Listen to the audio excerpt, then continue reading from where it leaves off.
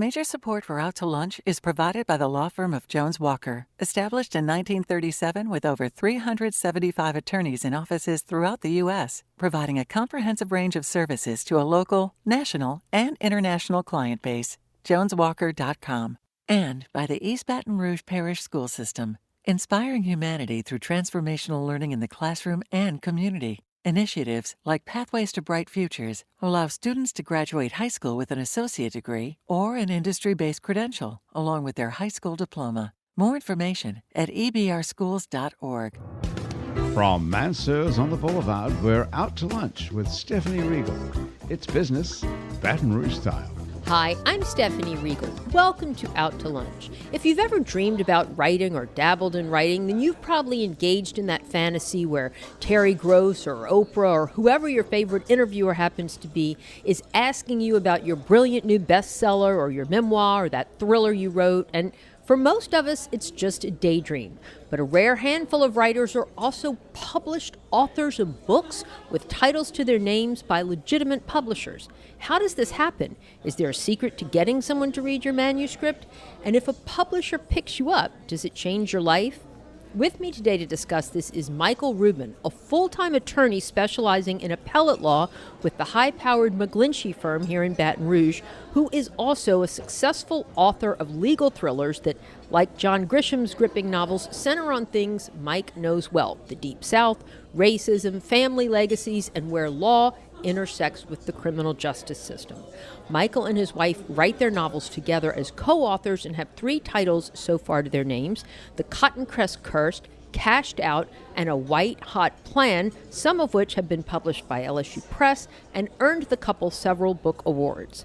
Mike, whose varied career has also included a stint as a jazz musician, a humorist, and a public speaker, writes on lots of different topics in addition to legal thrillers. And Mike, it is such a pleasure to have you here with me today on Out to Lunch. Thanks for joining us. Thanks, Stephanie.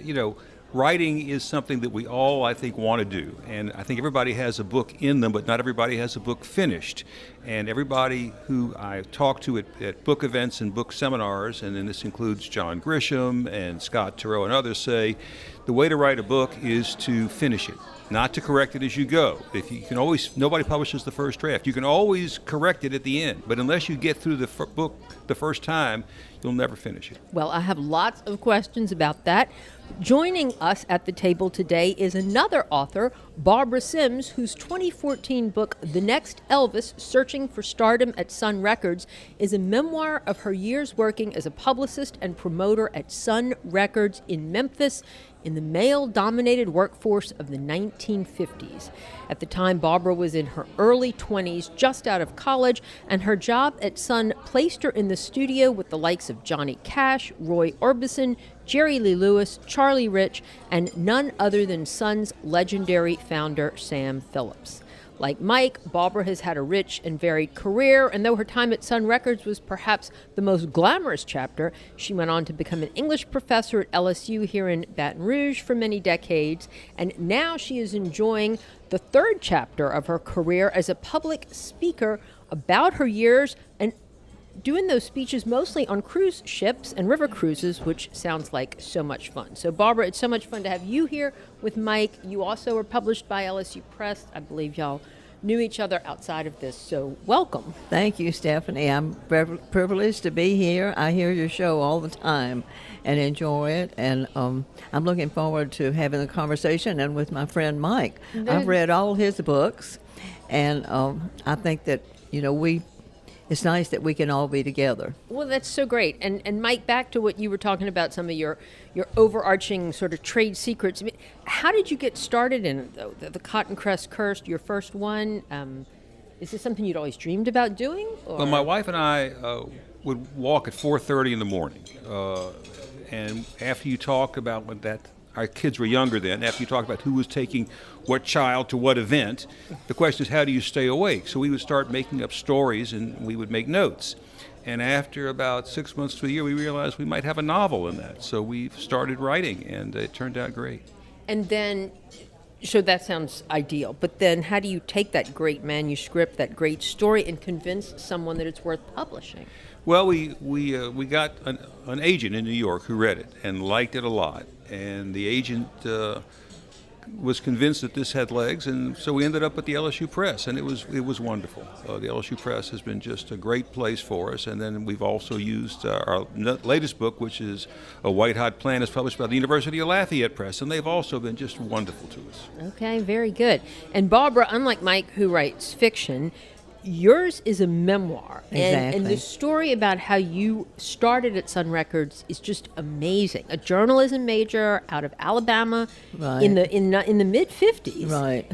And you tried to get a job as a reporter, and they said, no way, we're not putting this pretty young thing on the night court beat. Exactly. It was very disappointing when I finished my degree in radio, TV, and journalism to find that the only jobs open to women other than clerical were to write commercials, which is a good thing if you want to do it. But I really did want to be a reporter and saw myself as a journalist. And when Sam approached me, after I'd had 2 or 3 jobs in television that were not particularly fulfilling, I thought, well, this is a way that all my training can come together, because I knew radio, so I knew who the good stations were to get our records played, and I knew how to write those album notes, and I actually was a big fan of the kind of music that all these stars were. We grew up sort of at the same time. Yeah. And everybody at Sun was within about 100 miles of Memphis. So we had the same cultural influences, more or less. And I really started my book as a musical memoir, telling of the songs that I remembered first, and then at various chapters, and then I get to Sun. Well, I realized in doing that I basically had 2 books. I had the book about Sun, which turned out to be a big part of the manuscript, and then I had the part about myself, which seemed kind of extraneous. So that was my process in getting the manuscript together. But as far as publishing it went, I approached LSU Press, and they read it and accepted it, and it was a really easy transition, and I enjoyed working with them because I was here on the campus, and so I did not have the ambition to be a writer. But you just had a really great story and I had some a story really great that I memoirs. wanted to tell. Now, Mike, you and your wife write these books together, and you have what you call like a reverse outline method. What does that mean? Because Well- how did 2 minds get into, especially like a novel, a thriller, right? Well, the 2 questions we always get asked, Stephanie, at meetings is, number 1, how do 2 people write with one voice? Yeah. And second, how do 2 people write and stay married? So what we do is when we start writing, we know the beginning, we know the middle, and we think we know the end. We know the key characters and what they want, but we don't know how we're going to get from beginning to middle to end. We don't know the subplots, we don't know the sub-characters. That's the fun of writing. So some people are called plotsers, and P-L-O-T-S-E-R, and they plot novels in advance. That's what James Patterson does. We don't do that. We know the generics. Then they're called pantsers, P-A-N-T-S-E-R, who simply write by the seat of their pants. And we're kind of in the middle. So once we start writing, we do that. But as we write, once we do a chapter, we do a little spreadsheet on what that chapter does. So that's outlining in reverse. And that way, as we look backwards, we can see what the chapters were. And that also stops us from rewriting as we go. So we keep moving forward, and that way we've known where we've been, and we don't have to rewrite until we get to the next 2nd, 3rd, or 4th draft. And your characters, do they sort of take on a life of their own as you're going? All of a sudden, you've got these people, and you're... Absolutely. They, you think you know who they are, and sometimes they're not who you thought they were, and sometimes something that you thought was a sub-character turns out to be a main plot. That's the plot point. That's the fun of writing. That's the enjoyment. It's like a big puzzle that keeps moving. Mm-hmm. So interesting. Now, I know being an attorney, especially at a firm like McGlinchey, is very demanding. Do you do your writing at 4:30 in the morning, or do you burn the candle at both ends? We write whenever we can. We write. I do a lot of traveling around the country on business, so we write in hotel rooms. We write on airplanes. We write in the evenings.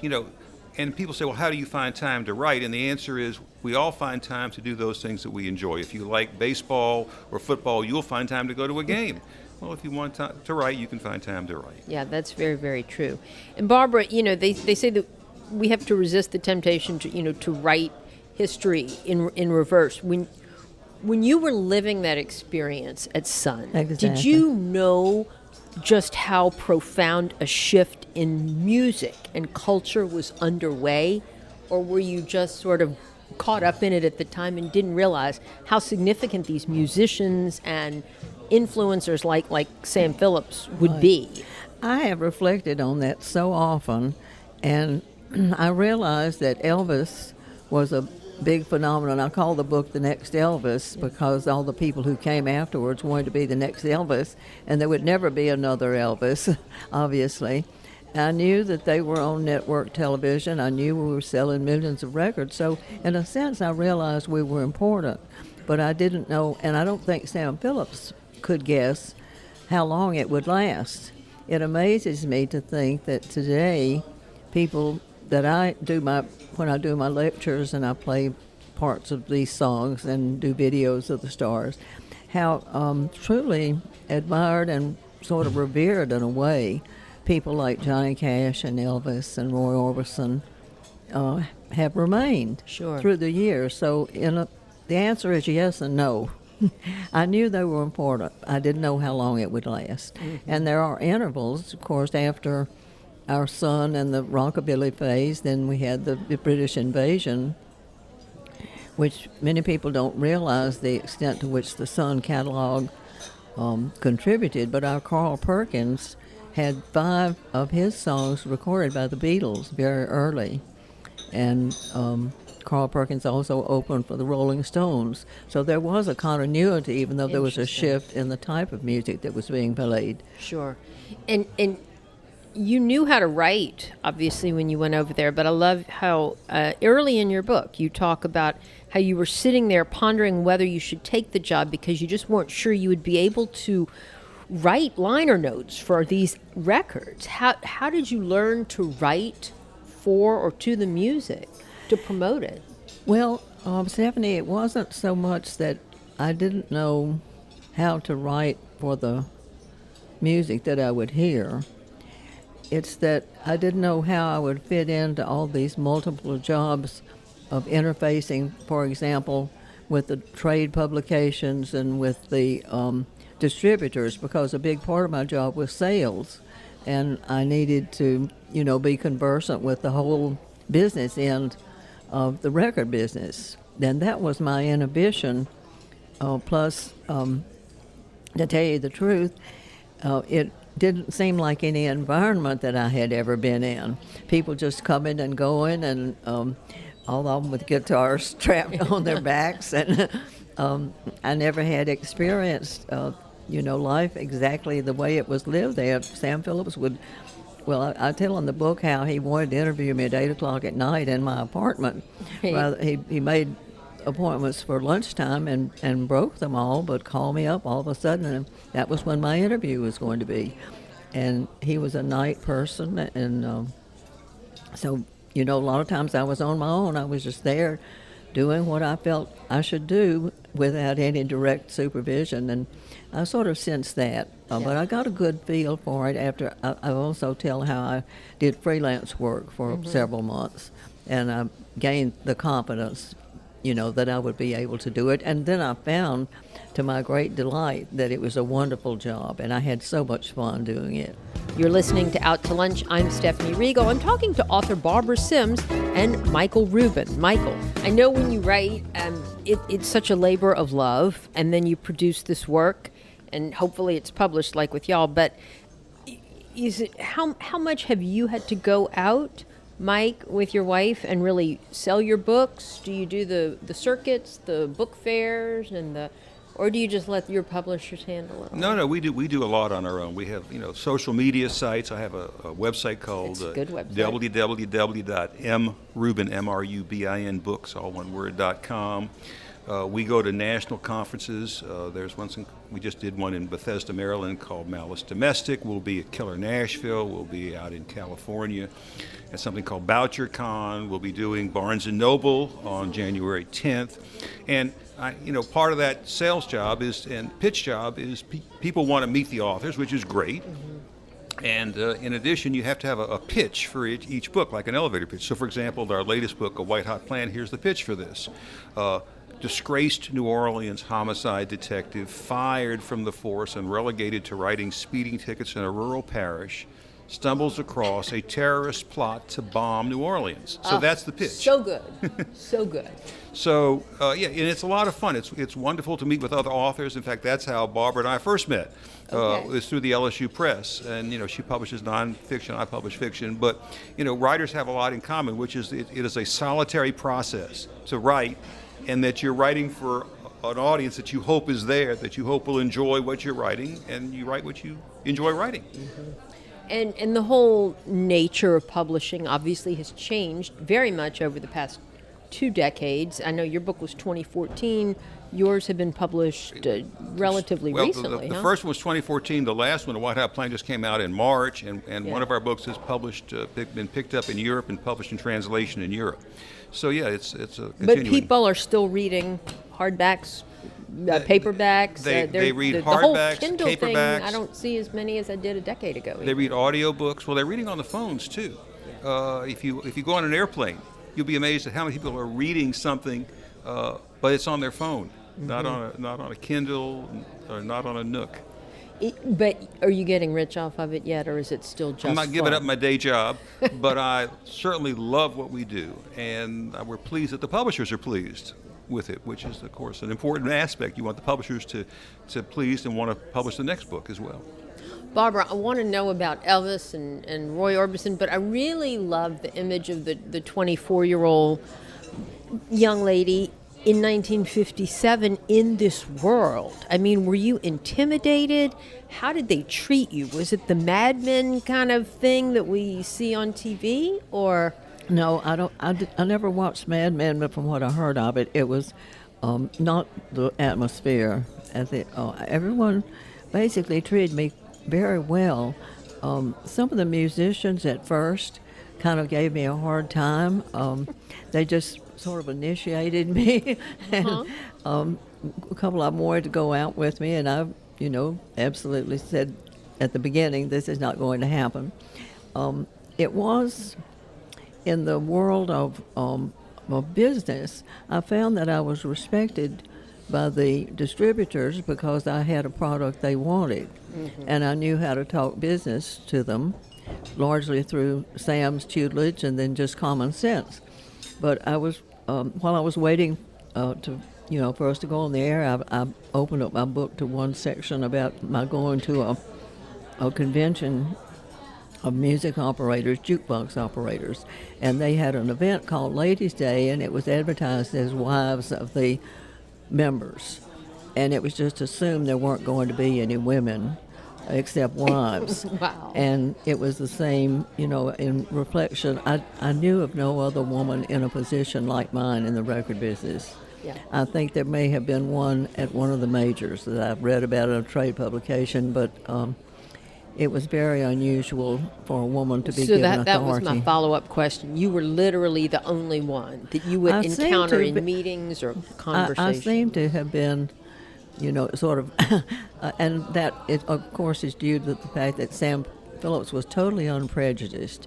His early exploits in the music business was exposing the talents of many early blues players. He was the first to record B.B. King and Howlin' Wolf and many other people, and the same went for his attitude toward women. If you could do the job, he was happy for it, and he even founded an all-girl radio station called WHER, and it was run entirely by women except for the transmission tower. He had a man for that. But no, the only instance I ever had of feeling threatened at all was when I went to the convention by myself, and I realized that some of the people might have misunderstood my being there without an escort. And the times before, I had been with our sales manager, Judd Phillips, and so that was, a signal to people to leave me alone. But the one to which I went by myself, I ended up leaving early because I just felt out of place. Yeah. That was the only time, though. And I tell of one incident in the book where our distributor in Baltimore got mad at me about the fact that I had sold too many records to his acquisitions person, and I felt good that he yelled at me because that meant that we were equal. That's right. That's right. You were one of the boys. Yeah. That's great. Mike, how much does your legal experience, your legal career inform your story ideas and inspire you? That's a good question. None of my cases are in the book. Okay. And so all the book is completely fiction. But there are aspects of the law in the book. I mean, there are courtroom scenes, and knowing how a courtroom works is very important. It's not like on CSI or Law and Order. For example, the Cottoncrest Curse involves Plessy versus Ferguson, which is the terrible case where the separate but equal rule that took 100 years to get overturned. And some of the other books involve legal issues, but they're not plot points. They are simply there dressing for the really important stuff, which is pulling this stuff forward. In fact, when my wife and I write, and we go through the drafts, we have one rule, which is if it slows the reader down, it's got to come out. Mm-hmm. And are you the one who really is sitting there at the keyboard putting the words down, and she, back reads for you, or do y'all take turns literally writing the same chapter? So after we've talked about the beginning, the middle, and the end, and know who the characters are, I'll do a first draft, and I'll show her the draft as we go, and we talk about it. Then she does the second draft, and as she says, lawyers write in triplicate, so she has to reduce it down. And then we meet and we go through what she's taken out, what she's added, what I would like to put in, what we disagree on, and it turns out our disagreements are very small because we already know where we're headed. Yeah. So, and then we do a third draft, and then sometimes up to 10 cleanup drafts. But no, we're both involved in it. That's fantastic. Barbara, your career at Sun lasted how many years? It was 3.5 years. Right. And I started doing freelance in 57 and went to work full-time in the beginning of 58, and then I left in September of 60 to come to LSU. And ended up having a long and very rich career in the English department at LSU. Yeah. And then now you are traveling the high seas and the Mississippi River and sharing your wonderful experiences. It's been such a wonderful thing for this stage of life to be able to not only see the country in ways that I hadn't before, but also to meet so many fans of this music. And the thing that I'm discovering, when I first started about 2012, I guess, I was younger than some of the passengers. And now I think I'm probably older than many of our passengers, but the talks are just getting better and better received. That's what's so gratifying, to bring the music to the people. And also they are interested in my story as well, and the changes in society. And I have been, I'll have to say, I've been the length of the Mississippi River. I've been on the Tennessee, the Cumberland, the Columbia, and it's just been a great experience. I'm on the boats of the American Queen Voyages Company. Recently made a trip from Chicago to Toronto. And I don't talk just about Sun. Obviously, I do have 2 talks about Sun, one about the rock music, but then I do the country side of Sun, because many of our artists, Johnny Cash and Jerry Lee and others, recorded country music for us. Right. So, and then we had some really good songwriters that wrote country songs that are classics. So I have a chance to show some of that side of the publishing aspect of the record business. Well, I would love to get on one of those cruises and hear one of your talks. Mike, I know a lot of times, like the first great novel is really the author's heart and soul. I mean, I think A Time to Kill, a lot of people would say is John Grisham's finest novel by far. Do you feel that's this story with the Cottoncrest Curse, or? Well, each is great question. Each is different. The Cottoncrest Curse is a historical thriller, runs from the Civil War to the Civil Rights era. The White Hot Plan, which is the current one, is a contemporary thriller. It's more like a police procedural. Cashed Out is a first-person book that's been compared very favorably to John Grisham. So each is different. And my favorite is the one that we're working on next, which is at our agents, which is set in 1915 in New Orleans. Love that. So a fourth one is forthcoming. Yeah, absolutely. Sometime in 2023 or 24 or whenever. We hope. Wonderful. Well, I wish we had more time, Mike Rubin and Barbara Sims, to talk about your experiences, your fascinating careers, and your wonderful, wonderful books. It's so inspiring to meet two individuals who figured out how to tell stories as well as their own story and have given so much to the Baton Rouge community and to readers everywhere. So thank you all so much for joining me today on Out to Lunch. Thank you, Stephanie. you. It's been a pleasure. My guests today on Out to Lunch have been authors Michael Rubin and Barbara Sims. You can find out more about Michael Rubin and Barbara Sims by going to the Out to Lunch Baton Rouge podcast. You can find and subscribe to the Out to Lunch Baton Rouge podcast anywhere you get podcasts and on our website, itsbatonrouge.la. If you want to know what we all look like, you can find photos from this show on itsbatonrouge.la and on our Out to Lunch Baton Rouge social media. Photos are taken by Eric Otts, and you can find more of Eric's photos on Instagram at @acro, that's ACREAUX. Out to Lunch is a production of INO Broadcasting for itsbatonrouge.la and WRKF 89.3 FM. The producer of our show is Grant Morris. Our technical producer is Eric Merle. Today's show was engineered by J.T. O'Neill. Our associate producer is Peter Raschuti, and our Baton Rouge business consultants are Charlie D'Agostino and Ann Edelman. I'm Stephanie Riegel. Thanks for joining me. I look forward to meeting you around the table at Mansour's again next week for more business Baton Rouge style on Out to Lunch. Out to Lunch Baton Rouge is recorded live over lunch at Mansour's on the Boulevard in Baton Rouge. Mansour's is open for lunch daily 11 to 2, for dinner nightly, and for brunch on Saturdays and Sundays. Major support for Out to Lunch is provided by the law firm of Jones Walker, established in 1937 with over 375 attorneys in offices throughout the U.S., providing a comprehensive range of services to a local, national, and international client base. JonesWalker.com. And by the East Baton Rouge Parish School System, inspiring humanity through transformational learning in the classroom and community. Initiatives like Pathways to Bright Futures allow students to graduate high school with an associate degree or an industry-based credential, along with their high school diploma. More information at ebrschools.org. Mitchell Foreman wrote and performs all the music on Out to Lunch. You can hear Mitchell's music anywhere great jazz is sold or streamed, and at mitchellforeman.com. If you'd like to be part of Out to Lunch, to learn how your business or organization can become an Out to Lunch program partner, email info@inobroadcasting.com.